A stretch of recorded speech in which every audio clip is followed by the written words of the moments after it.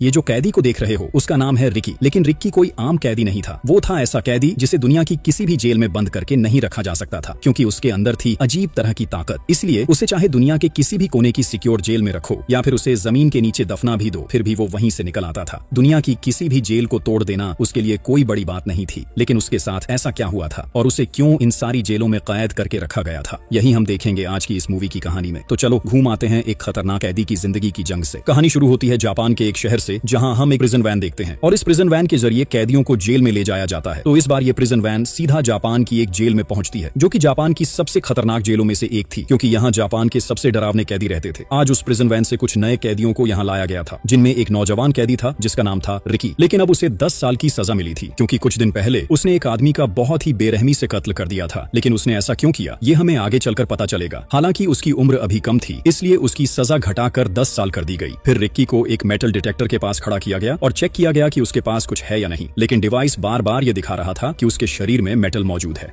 Police ने काफी देर तक उसकी तलाशी ली, लेकिन उसके पास से कुछ भी नहीं मिला। इससे सबको शक हुआ कि रिकी ने अपने शरीर के अंदर कोई हथियार छुपा रखा है। तो उसे और अच्छे से चेक करने के लिए वहां की स्पेशल एक्सरे मशीन में डाला गया। फिर जब उसका पूरा शरीर चेक किया गया तो पता चला कि उसके शरीर के अलग अलग हिस्सों में कई सारी गोलियां फंसी हुई हैं और वही गोलियां असल में मशीन में डिटेक्ट हो रही थी। ये देखकर वहां के पुलिस अफसर काफी हैरान हो गए कि कोई इंसान अपने शरीर में इतनी सारी गोलियां लेकर कैसे जिंदा रह सकता है। इसी बीच वहां के 2 अफसर रिक्की से कहते हैं कि वो यहाँ एक डॉक्टर को बुलाएंगे और उसके शरीर से सारी गोलियां निकाल देंगे। लेकिन रिक्की तब उनसे कहता है कि इन सब की कोई जरूरत नहीं है, वो बिल्कुल ठीक है। गोलियां तो उसके शरीर के लिए दवा जैसी है, ये सब उसके लिए कोई मायने ही नहीं रखता। अफसर उसकी बात सुनकर हैरान रह जाते हैं। इसके बाद सारे नए कैदियों को एक सेल के अंदर ले जाया जाता है। अब हम पूरे इस जेल को देखते हैं। ये पूरी जेल लगभग 4 हिस्सों में बंटी हुई थी और इन 4 हिस्सों पर 4 अलग अलग कैदियों का राज था। इन चारों कैदियों को मिलकर कहा जाता था द गैंग ऑफ 4। ये लोग बहुत बड़े बड़े गैंग्स के लीडर थे और उनके पास जेल के वार्डन की इजाजत भी थी। यानी अगर वो यहाँ कोई गलत काम भी करते तो वार्डन उन्हें कुछ भी नहीं कहता, क्योंकि वो सब बहुत बड़े बड़े माफिया थे और जेल में ताकि वो अपना राज चला सके इसलिए उन्होंने बाहर से ही वार्डन को पैसे देने का इंतजाम कर रखा था। फिर अगले दिन जब सारे कैदी अपने अपने कामों में व्यस्त थे, तभी वहां नॉर्थ सेक्शन का एक कैदी आता है, जो उस सेक्शन के गवर्नर का राइट हैंड था, यानी उसका सबसे करीबी आदमी। उसका नाम था सैम। तो सैम और उसके साथी मिलकर माइक नाम के एक बुजुर्ग कैदी को बेवजह मारने लगते हैं। लेकिन माइक तो समझ ही नहीं पा रहा था कि वो लोग उसे ऐसे क्यों पीट रहे हैं। माइक वैसे भी हमेशा बहुत चिंता में डूबा रहता था, क्योंकि उसे अपनी वाइफ और बच्चे की बहुत याद आती थी। वो अपने बच्चे को बहुत छोटा छोड़कर इस जेल में आया था। वो अब इंतजार कर रहा था कि कब उसकी सजा पूरी होगी और कब वो अपनी वाइफ और बच्चे के पास जाएगा। और कुछ ही दिनों में उसकी सजा खत्म होने वाली थी, इसलिए वो बहुत ज्यादा एक्साइटेड था। उसने जेल की कुछ चीजों से अपने बच्चे के लिए एक छोटा सा खिलौना बनाया था। लेकिन जब वो खिलौना उसके हाथ से गिर गया तो सैम ने उसे उठा लिया। फिर सैम माइक से कहता है, तू इस जेल से जल्दी बाहर निकलना चाहता है ना, लेकिन क्या तुझे पता है कि तू तभी बाहर निकल पाएगा जब मैं चाहूंगा। माइक उस खिलौने को वापस लेना चाहता था, लेकिन सैम ने उसी खिलौने से उसे चोट पहुंचाई और खिलौना तोड़ दिया। इसके बाद वो उसके करीब जाकर कहता है, मेरी इजाजत के बिना नॉर्थ सेक्शन की जेल से कोई भी कभी बाहर नहीं जा सकता, यहाँ तक कि बाहर जाने के लिए कोई अर्जी या अपील भी नहीं कर सकता। लेकिन माइक तब इसका विरोध करता है और कहता है कि जो वो लोग कर रहे हैं वो नाइंसाफी है। लेकिन ये सुनकर सैम बुरी तरह गुस्से में आ जाता है और फिर वो अपने आदमियों को लेकर माइक की जबरदस्त पिटाई करने लगता है। वो लोग माइक को इतना ज्यादा मारते हैं कि उसका पूरा चेहरा लहूलुहान हो जाता है। लेकिन ठीक उसी समय माइक की चीख सुनकर वहां रिक्की पहुंच जाता है और वो पीछे से सैम पर हमला करता है, जिससे सैम सीधा एक लोहे के कांटे स्टार कटर के ऊपर जा गिरता है। इसमें उसे बहुत गंभीर चोट लगती है। वो इतना घायल हो जाता है कि उसमें लड़ने की कोई ताकत ही नहीं बचती। इसके बाद सैम का ही एक आदमी रिक्की पर हमला करने आता है, लेकिन रिक्की जिस तरह से उसकी तरफ देखता है उससे वो कैदी डर के मारे उसके ऊपर हाथ भी नहीं उठा पाता, बल्कि वो अपने लीडर सैम को लेकर वहां से भाग जाता है। इसके बाद दिखाया जाता है कि सैम का चेहरा बहुत बुरी तरह बिगड़ चुका था, इसलिए उसे रिक्की पर बेहद गुस्सा आ रहा था। वो अपने साथियों से कहता है कि उसका अगला टारगेट रिक्की है, वो उसे नर्क जैसी सजा देकर टुकड़ा टुकड़ा करके मारेगा। तभी सैम का एक साथी कहता है कि उन्हें रिक्की को पूरी तरह खत्म कर देना चाहिए। एक नया कैदी होकर भी उसने उनके बॉस पर हाथ उठाने की हिम्मत कैसे की। इसके बाद सैम सीधा जेल के वॉशरूम में जाता है, जहां एक गार्ड मौजूद था और इस गार्ड को सैम ने पहले से ही पैसे देकर अपने काबू में कर रखा था। वहां सैम गार्ड से माइक के बारे में पूछता है। वो जानना चाहता था कि माइक की रिहाई में कितना समय बाकी है। तब गार्ड बताता है कि कल सुबह ही उसकी रिहाई होने वाली है। ये सुनकर सैम उसे कहता है, तुझे मेरा एक अहम काम करना होगा, इसके बदले में मैं तुझे तेरी 1 महीने की सैलरी जितना पैसा दूंगा। गार्ड पूछता है कि काम क्या है। तब सैम कहता है, पहला, तुझे लॉन्ग नाम के एक कैदी को छोड़ना होगा जिसे बाकी सबसे अलग बांध कर रखा गया है, और दूसरा, माइक की रिहाई किसी भी तरह कैंसिल करनी होगी। इसलिए तू माइक के पास जाकर उसे बता देना कि उसकी रिलीज डेट बहुत आगे बढ़ा दी गई है। पैसे के लालच में गार्ड उसकी बात मान लेता है और फिर वो सीधा माइक के पास जाता है और उससे कहता है कि उसकी कल की रिहाई कैंसिल कर दी गई है। उसे अब और भी कई दिन इसी जेल में गुजारने होंगे। लेकिन माइक बहुत डर जाता है क्योंकि सैम के साथ वो वैसे ही उसकी दुश्मनी हो चुकी थी। अब अगर वो जेल में रहा तो सैम उसे बहुत टॉर्चर करेगा। इसलिए माइक गार्ड पर बुरी तरह गुस्सा हो जाता है और वो गार्ड से कहता है, मेरी रिक्वेस्ट रिजेक्ट हो गई, ये कह देना काफी था, लेकिन जब मुझे सरकार की तरफ से रिलीज की डेट दी गई थी तो अचानक वो कैसे कैंसिल हो गई? यकीनन इसके पीछे तुम्हारा ही कोई हाथ है। तब गार्ड उसे चुप कराने के लिए उसके शरीर पर हमला करता है। माइक को इससे बहुत तकलीफ होती है क्योंकि वैसे भी अपनी वाइफ और बच्चे से मिलने के लिए उसका दिल बहुत बेचैन था। इसलिए वो रोते रोते गार्ड से बार बार रिक्वेस्ट करता है कि उसे छोड़ दिया जाए, लेकिन गार्ड उसकी कोई बात नहीं सुनता बल्कि उसे पीट कर वहां से चला जाता है। माइक यहाँ बहुत ज्यादा टूट जाता है क्योंकि वो जानता था कि जब तक सैम नहीं चाहेगा तब तक वो इस जेल से कभी बाहर नहीं निकल पाएगा और अगर यहाँ रहना पड़ा तो उसे रोज रोज तिल तिल कर मरना होगा। इसीलिए उस रात माइक अपनी जान दे देता है और ये खबर तुरंत पूरी जेल में फैल जाती है। सारे कैदी माइक के लिए विरोध करने लगते हैं क्योंकि इस जेल में सबसे ज्यादा नाइंसाफी माइक के साथ ही हुई थी और माइक को सजा भी बिल्कुल बेवजह मिली थी। असल में हुआ ये था कि जब माइक की वाइफ को डिलीवरी पेन शुरू हुआ था तो माइक अपनी गाड़ी से उसे अस्पताल ले जा रहा था। तभी अचानक एक गाड़ी आकर उनकी गाड़ी से टकरा जाती है जिसमें माइक की कोई गलती नहीं थी, लेकिन उस एक्सीडेंट में एक पैसेंजर की मौत हो गई। इसी वजह से उसे कई सालों की कैद की सजा दी गई थी। यहाँ तक कि उसकी सजा पूरी हो जाने के बाद भी उसे जेल से रिहा नहीं किया गया। उधर देखा जाता है कि गार्ड माइक की डेड बॉडी को जेल से बाहर ले जाने के लिए ले जा रहे थे। रिक्की देखता है कि माइक के दोनों हाथों में अब भी हथकड़ी लगी हुई है। ये देखकर उसे बहुत बुरा लगता है। वो वहाँ मौजूद गार्ड्स के पास जाकर कहता है, क्या आप लोग इंसान हैं? आप लोगों के अंदर इंसानियत नाम की कोई चीज नहीं है? इंसान इतनी तकलीफ झेल कर मर गया और आप लोग इस मरे हुए इंसान के हाथ में भी हथकड़ी लगाए हुए हैं। ये कहकर रिक्की अपने हाथों से हथकड़ी को बहुत आसानी से तोड़ देता है। इसे देखकर गार्ड बिल्कुल हैरान रह जाते हैं कि इतनी मजबूत हथकड़ी उसने इतनी आसानी से कैसे तोड़ दी। फिर रिक्की माइक की लाश पर वही खिलौना रख देता है जो माइक ने अपने बच्चे के लिए अपने हाथों से बनाया था, लेकिन सैम ने उसे तोड़ दिया था। रिक्की उस खिलौने को ठीक करके माइक के पास रख देता है ताकि उसकी आत्मा को कुछ सुकून मिल सके। लेकिन रिक्की को माइक के लिए बहुत दुख हो रहा था और सैम पर भी उसे बेहद गुस्सा था क्योंकि सैम और उसके साथियों की वजह से ही माइक की आज ये हालत हुई थी। फिर अगले दिन सुबह सारे कैदी वॉशरूम में नहाने जाते हैं। उनमें रिक्की भी मौजूद था। इसी दौरान रिक्की के पास सैम आता है और उसकी तरफ बहुत अजीब नजरों से देखता है। कुछ देर बाद जब सारे कैदी वहाँ से बाहर चले जाते हैं तब वहाँ वो कैदी आता है जिसका नाम था लॉन्ग, जिसे उस जेल में बांध कर रखा जाता था। लॉन्ग दरअसल एक बहुत विशाल कद काठी वाला इंसान था और वो बेहद ताकतवर भी था, इसलिए उसे हमेशा बांध कर रखा जाता था। इसी वजह से सैम ने गार्ड को कहा था कि उसे छुड़वा दो ताकि उसी के जरिए वो रिक्की को पिटवा सके। तब लॉन्ग आकर रिक्की को इतनी जोर की मुक्का मारता है कि रिक्की छिटक कर बहुत दूर जा गिरता है। लेकिन रिक्की भी बहुत साहसी और ताकतवर था, इसलिए वो भी उससे लड़ाई शुरू कर देता है। रिक्की लॉन्ग के पेट में ऐसा मुक्का मारता है कि उसका हाथ सीधा उसके पेट के अंदर तक चला जाता है। इससे वहीं पर लॉन्ग की मौत हो जाती है। दरअसल रिक्की के शरीर में अजीब तरह की शक्ति थी जो किसी आम इंसान के शरीर में नहीं होती। इसी बीच सैम रिक्की को मारने के लिए एक लोहे का तार काटा स्टील कटर ले आता है और उसे सीधा रिक्की के हाथ में घुसा देता है। लेकिन इतना सब होने के बाद भी रिक्की को कुछ नहीं होता, बल्कि रिक्की बहुत आसानी से उस तार कट्टर को निकालकर सैम के हाथ में घुसा देता है और उसका हाथ तोड़ देता है। उधर गार्ड वहाँ खड़े होकर उनकी लड़ाई देख रहे थे, लेकिन वो कुछ भी नहीं कर रहे थे क्योंकि सैम ने उन्हें पैसे दिए थे। लेकिन इस बार रिक्की सैम को भी लॉन्ग की तरह इतना जोर का मुक्का मारता है कि उसका पेट फट जाता है और वहीं उसकी मौत हो जाती है। गार्ड समझ जाते हैं कि रिक्की कितना खतरनाक कैदी है और उसके शरीर में कितनी जबरदस्त ताकत है, इसलिए वो उसे पकड़कर वहाँ से ले जाते हैं। इसी बीच वहाँ लियो नाम का एक कैदी आता है जो इस समय जेल के नॉर्थ सेक्शन का गवर्नर था। वो रिक्की के पास आकर कहता है, तुम्हारे जैसे ताकतवर कैदी मैंने बहुत कम देखे हैं। लेकिन लियो की बात का रिक्की पर कोई असर नहीं होता। इसके बाद गार्ड्स उसे एक खास तरह के सेल में ले जाते हैं जो कुख्यात कैदियों के लिए बनाया गया था। वहाँ गार्ड्स उसे कैद करके छोड़ जाते हैं। लेकिन कुछ ही देर बाद रिक्की के सीने में एक अजीब तरह का दर्द शुरू हो जाता है और तभी उसे अपने अतीत की एक घटना याद आती है। जब रिक्की हाई स्कूल का स्टूडेंट था तभी उसके माँ बाप की मौत हो गई थी। तो एक दिन रिक्की अपने माँ बाप की कब्र पर जाने के लिए उनके गांव आता है और उसी कब्रिस्तान में उसकी मुलाकात होती है जॉन नाम के एक आदमी से। रिक्की को पता चलता है कि जॉन कोई और नहीं बल्कि उसका सगा चाचा है। जॉन और रिक्की आज पहली बार एक दूसरे से मिल रहे थे। हालांकि जॉन रिक्की के बारे में अपने भाई से पहले ही बहुत कुछ सुन चुका था। उसने सुना था कि रिक्की मार्शल आर्ट्स सीख रहा है, इसलिए वो यहाँ आकर रिक्की से उसके मार्शल आर्ट्स के बारे में पूछता है। रिक्की तब उसे अपनी स्किल दिखाने लगता है, लेकिन उसका चाचा जॉन उसे तुरंत रोकर एक वार करता है क्योंकि उसने समझ लिया था कि रिक्की के अंदर अभी भी बहुत सी कमजोरियां हैं। पूरी तरह से मार्शल आर्ट्स सीखने के लिए उसे अभी बहुत वक्त लगेगा। जॉन खुद एक मार्शल आर्ट्स मास्टर था। ये बात रिक्की ने अपने पिता से सुनी थी, इसलिए रिक्की उसे बहुत अनुरोध करने लगता है कि वो उसे पूरी तरह से मार्शल आर्ट्स सिखाए क्योंकि इस दुनिया में अब उसके माँ बाप कोई नहीं थे। इसलिए उसे हर हाल में खुद को बहुत स्ट्रांग बनाना था, वरना इस दुनिया में उसका टिकना बहुत मुश्किल हो जाएगा। रिक्की की बातें सुनकर उसका चाचा जॉन उसे मार्शल आर्ट्स सिखाने के लिए राजी हो जाता है। वो उसी दिन से उसे ट्रेनिंग देना शुरू कर देता है और ट्रेनिंग के लिए रात में उसे कब्रिस्तान में ले जाता है। वो रिक्की से कहता है कि मार्शल आर्ट्स का सबसे बड़ा हथियार है अपने दिमाग पर काबू पाना और अपने अंदर छिपे गुस्से और क्रोध को बैलेंस करना। इसीलिए जॉन सबसे पहले उसे मेडिटेशन सिखाना शुरू करता है और वो रिक्की से कहता है कि मेडिटेशन ही है खुद को कंट्रोल करने का सबसे बड़ा हथियार। ये इंसान के मन की असली शांति को जगाता है, यहाँ तक कि ये इंसान को धैर्य रखना भी सिखाता है, जिसकी वजह से आगे चलकर किसी भी चोट या तकलीफ से इंसान को ज्यादा फर्क नहीं पड़ता, बल्कि इससे अपने आप इंसान के शरीर में और भी ज्यादा एनर्जी और मेहनत करने की इच्छा जाग उठती है। यही वजह है कि बाद में इंसान मार्शल आर्ट्स के लिए सख्त मेहनत कर पाता है। तो इस तरह कई दिनों की ट्रेनिंग के बाद जॉन रिक्की के लिए वहाँ एक पत्थर लाता है। वो अपने एक हाथ से उस पत्थर का एक हिस्सा तोड़ देता है। इसके बाद वो रिक्की से कहता कहता है कि उसके शरीर के अंदर जितनी भी ताकत है उसे एक जगह इकट्ठा करो और इस पत्थर को तोड़कर दिखाओ। रिक्की जॉन की बात सुनकर बहुत ज्यादा प्रेरित हो जाता है, इसलिए वो पत्थर के सामने आकर अपने पूरे शरीर की सारी ताकत लगाकर उस पत्थर पर वार करता है और सचमुच वो पत्थर को तोड़ देता है। ये देखकर रिक्की खुद भी हैरान रह जाता है। इसके बाद जॉन लगातार रिक्की की तरफ एक के बाद एक पत्थर फेंकने लगता है और रिक्की भी हर एक पत्थर को तोड़कर चूर चूर कर देता है। फिर जॉन एक बहुत बड़ा पत्थर लाकर उसे रिक्की पर फेंकता है, लेकिन रिक्की अपनी सीने की पसलियों की ताकत से उस पत्थर को भी चूर चूर कर देता है। ये सब देखकर जॉन बहुत खुश होता है, क्योंकि रिक्की ने बहुत कम समय में अपार शक्ति हासिल कर ली थी। अब कहानी वापस वर्तमान समय में आती है, जहाँ रिक्की अपने सेल के अंदर चुपचाप बैठा जॉन के बताए अनुसार मेडिटेशन कर रहा था। लेकिन तभी कुछ गार्ड आकर उसे एक अफसर के पास ले जाते हैं, जो इस पूरी जेल का डिप्टी डायरेक्टर था। उसका नाम था मार्टिन। असल में वो बहुत ही बुरा इंसान था। वो अपने पद की ताकत पाकर कभी सही गलत की परवाह नहीं करता था, यहाँ तक कि बाकी गार्ड्स की तरह वो भी पैसों के आगे बिक चुका था। तो मार्टिन एक गार्ड से कहता है कि उसे रिक्की की पूरी फाइल पढ़कर सुनाए, क्योंकि जिस कैदी ने जेल में इतनी बड़ी घटना कर डाली है उसके अतीत के बारे में तो उसे थोड़ा जानना ही चाहिए। गार्ड तब रिक्की की फाइल पढ़कर सुनाना शुरू करता है। वो कहता है कि बचपन से ही रिक्की अनाथ था, इसी वजह से वो एक अनाथ आश्रम में बड़ा हुआ, लेकिन पढ़ाई लिखाई में वो बिल्कुल भी अच्छा नहीं था, इसलिए उसे जनरल स्कूल से निकालकर एक म्यूजिक स्कूल में दाखिला दिलाया गया। लेकिन बाद में वो 2 साल के लिए वहां से भी गायब हो गया, उसे कहीं भी ढूंढा नहीं जा सका। लेकिन अचानक ही उसने एक बहुत बड़े गैंग के साथ लड़ाई कर ली और उस फाइट में उसने उनमें से एक को मार डाला। इसके बाद उसे वहीं से गिरफ्तार करके इस जेल में लाया गया। ये सब सुनकर मार्टिन फिर रिक्की के पास आता है और उसका गला दबोच लेता है। वो उससे पूछना चाहता है कि लगभग 2 साल तक वो जो गायब रहा उस दौरान वो कहाँ था, और उसके पूरे सीने के अंदर 5 गोलियां मिली हैं। ये 5 गोलियां उसके शरीर में कैसे लगी, और गोलियां लगने के बाद भी वो अब तक जिंदा कैसे है। लेकिन वो उसकी किसी भी बात का जवाब नहीं देता। हालांकि रिक्की यहाँ एक बात नोटिस करता है कि मार्टिन का एक हाथ नहीं है और उसकी जगह उसके हाथ में हथियार जैसा कुछ लगा हुआ है। फिर मार्टिन रिक्की से कहता है, तू मुझे कुछ भी बताना नहीं चाहता तो इसमें क्या हुआ? ये मत भूल कि तू अभी भी मेरी जेल के अंदर ही है, इसलिए तुझसे सच निकलवाने में मुझे ज्यादा वक्त नहीं लगेगा। इसके बाद मार्टिन वहां से एक फोटो निकालता है और कहता है कि आज सुबह उन्हें रिक्की की एक तस्वीर मिली है। वो चाहता है कि रिक्की उस तस्वीर को देखे। रिक्की जैसे ही तस्वीर देखने के लिए हाथ बढ़ाता है, तभी मार्टिन अपने हाथ में लगे उस हथियार से रिक्की पर वार कर देता है, यहाँ तक कि वो उसके चेहरे पर बार बार वार करता रहता है। और फिर वो रिक्की से कहता है, मैं उस इंसान की ताकत देखना चाहता हूँ जिसने सैम और लॉन्ग जैसे ताकतवर लोगों को मार डाला था। ऐसा कहते हुए वो रिक्की को इतना मारता है कि उसका पूरा शरीर खून से लथपथ हो जाता है, लेकिन रिक्की डरने के बजाय उसके चेहरे पर थूक देता है। ये देखकर मार्टिन और भी ज्यादा गुस्से में आ जाता है और कहता है कि रिक्की ने बहुत बड़ी गलती कर दी है। उसे बिल्कुल अंदाजा नहीं है कि वो किस जेल में आ पहुंचा है। ये जेल नहीं बल्कि एक जहन्नुम है और इस जहन्नुम की सजा रिक्की को भुगतनी ही पड़ेगी। वो कसम खाता है कि अपने ही हाथों से रिक्की को तड़पा तड़पा कर खत्म कर देगा। इसके बाद मार्टिन रिक्की को वही तस्वीर दिखाता है जिसे वो पहले दिखाना चाहता था। उस तस्वीर में दरअसल रिक्की की गर्लफ्रेंड की फोटो थी। मार्टिन रिक्की को उसकी गर्लफ्रेंड के बारे में धमकी दे रहा था। ये सुनकर रिक्की बुरी तरह गुस्से में आ जाता है और एक ही वार में वहां रखी टेबल को तोड़ डालता है। तब मार्टिन उस पर गोलियां चलाना शुरू कर देता है, लेकिन रिक्की वहां पड़े सामान को ढाल बनाकर किसी तरह गोलियों से बच निकलता है। फिर जब गार्ड्स उसे रोकने आते हैं तो रिक्की उन्हें भी बुरी तरह पीट देता है। ये देखकर मार्टिन के अंदर डर समा जाता है और वो कहता है, अगर तूने ये सोचा भी है कि तू मुझे मार सकता है तो याद रख, तुझे मेरी ही हाथों से मरना होगा। तभी रिक्की तेजी से दौड़ता हुआ आता है और उसे जोरदार हिट करने ही वाला होता है, लेकिन आखिरी पल में आकर वो रुक जाता है और कहता है, मैं चाहूं तो अभी यहीं तुझे खत्म कर सकता था। मैंने पहले भी कई हत्याएं ऐसे ही कर डाली हैं, तो तुझे मार देने से मेरे लिए कुछ खास बदलता नहीं, लेकिन इस बार तुझे छोड़ रहा हूँ, मगर आइंदा मेरी निजी जिंदगी में दखल देने की कोशिश मत करना। ये कहकर रिक्की अपनी गर्लफ्रेंड की फोटो उठाता है और वहां से चला जाता है। फिर उसी रात रिक्की उस तस्वीर को देख रहा होता है। उसके पास अपनी एक बांसुरी भी थी। रिक्की वहां बैठकर बांसुरी बजाने लगता है और तभी उसे अपने अतीत की बातें याद आने लगती हैं, जब वो अपनी गर्लफ्रेंड के साथ बहुत ही खूबसूरत लम्हे गुजारा करता था। रिक्की की गर्लफ्रेंड का नाम था यान। दोनों एक दूसरे से बहुत मोहब्बत करते थे। रिक्की की जिंदगी के सबसे खूबसूरत लम्हे उसी के साथ गुजरे थे। तो उस वक्त रिक्की अपनी गर्लफ्रेंड के सारे प्यारे यादों को याद कर रहा था। वो काफी इमोशनल हो गया, लेकिन तभी वहां एक गार्ड आया और रिक्की को बांसुरी बजाने से मना कर दिया। अगले दिन सुबह दिखाया जाता है कि सैम का एक साथी जब जेल में घूम रहा था तब उसके पास कई कैदी आ जाते हैं। ये वही कैदी थे जिन्हें सैम अपने लोगों के साथ मिलकर हमेशा तंग करता था और उन पर बहुत टॉर्चर करता था। लेकिन अब चूंकि सैम मर चुका था, इसलिए सारे कैदी मिलकर उससे बदला लेना चाहते थे। उनकी नजरों में उसी की वजह से माइक जैसे अच्छे इंसान को अपनी जान गंवानी पड़ी। वहां कोआ नाम का एक शख्स तो उसे जान से ही मार देना चाहता था, लेकिन ठीक उसी वक्त वहां लियो आ जाता है, जिसे नॉर्थ सेक्शन का गवर्नर बनाया गया था। लियो कोआ से कहता है कि वो गुस्से में आकर किसी की हत्या न करे, वरना उसकी सजा और भी बढ़ जाएगी, यहाँ तक कि शायद वो कभी भी जेल से बाहर नहीं निकल पाएगा। और फिर लियो उन्हें याद दिलाता है कि जेल के नियम सबको पता है, यहाँ किसी भी कैदी को मारने का हक सिर्फ उसी के पास है, इसलिए वो सब पिछले सारे गिले शिकवे भूल जाए। लेकिन उस वक्त कोआ कहता है, तेरी इस पावर का फायदा ही क्या अगर तू जेल में अपने सेक्शन में न्याय ही नहीं कर सका? जब हमारे साथ अन्याय हो रहा था तब तू कहाँ था? तेरे जैसे निकम्मे इंसान को ये ताकत क्यों दी गई, ये मैं नहीं समझता। ये सुनकर लियो बुरी तरह गुस्से में आ जाता है और वहीं पर कोआ को मार डालता है। ठीक उसी समय वहां मार्टिन पहुंचता है और लियो को कॉन्ग्रेचुलेट करता है, ये कहते हुए कि उसने बिल्कुल सही काम किया है। फिर मार्टिन खुद ही कोआ की लाश वहां से ले जाता है। उसके बाद उसी दिन मार्टिन लियो को अपने ऑफिस में बुलाता है और उसके हाथ में एक हथियार पकड़ाकर कहता है कि लियो बहुत बहादुर कैदी है, इसलिए ही उसे जेल में इतना बड़ा पद दिया गया है, लेकिन अब उसे एक काम करना होगा। जैसे उसने कोआ को मारा था वैसे ही उसे रिकी को भी मारना होगा। ये सुनकर लियो काफी डर जाता है, क्योंकि वो जानता है कि रिकी बेहद खतरनाक फाइटर है और उसे मार पाना बिल्कुल भी आसान नहीं है। फिर भी लियो उसके साथ फाइट करने के लिए तैयार हो जाता है। इसके बाद दिखाया जाता है कि जेल के मैदान में कोआ की डेड बॉडी टांगी हुई है और रिकी वहां खामोश खड़ा होकर उस बॉडी को देख रहा होता है। तभी लियो उसके साथ लड़ने के लिए पहुंचता है। रिकी भी फाइट के लिए रेडी हो जाता है। लियो बार बार अलग अलग तरीके से उस पर वार करने की कोशिश करता है, लेकिन रिकी बड़ी आसानी से हर बार खुद को उससे बचा लेता है। हालांकि लियो बहुत ताकतवर था, इसलिए आखिरकार वो रिकी को चोट पहुंचाने में कामयाब हो जाता है। लेकिन जेल के पीछे बहुत सारे कैदी खड़े थे जो रिकी को बहुत अप्रिशिएट कर रहे थे, क्योंकि उनके बीच सिर्फ वही एक इंसान था जो इस जेल के सारे अत्याचारियों को सजा दे सकता था। सबकी बातें सुनकर रिकी को दिल में बहुत हौसला मिलता है और उसके अंदर बदले की आग भड़क उठती है। रिकी फिर पूरी ताकत से लियो के साथ फाइट करने निकल पड़ता है। रिकी के शरीर में इतनी जबरदस्त ताकत थी कि लियो जैसा शक्तिशाली इंसान भी उसके सामने टिक नहीं पा रहा था। इसलिए लियो ने रिकी की आंखों में धूल झोंक दी, जिससे रिकी के सामने कुछ भी साफ दिखाई देना बंद हो गया। फिर भी वो फाइट करने की कोशिश करता रहा, लेकिन तभी लियो वहां से एक धारदार हथियार ले आता है और मौका पाकर रिकी पर वार करने लगता है। रिकी पीछे हटे हटे वहां के वाटर टैंक के पाइप पर गिर जाता है। वो अपने कोहनी से जोर का वार करके उस पाइप को तोड़ देता है। पाइप से तेजी से पानी निकलने लगता है और उसी पानी से रिकी तुरंत अपनी आंखें धो लेता है। अब उसकी नजर फिर से साफ हो जाती है और वो दोबारा फाइट के लिए तैयार हो जाता है। ये देखकर वहां मौजूद सारे कैदी बहुत खुश हो जाते हैं और जोर जोर से रिकी रिकी चिल्लाकर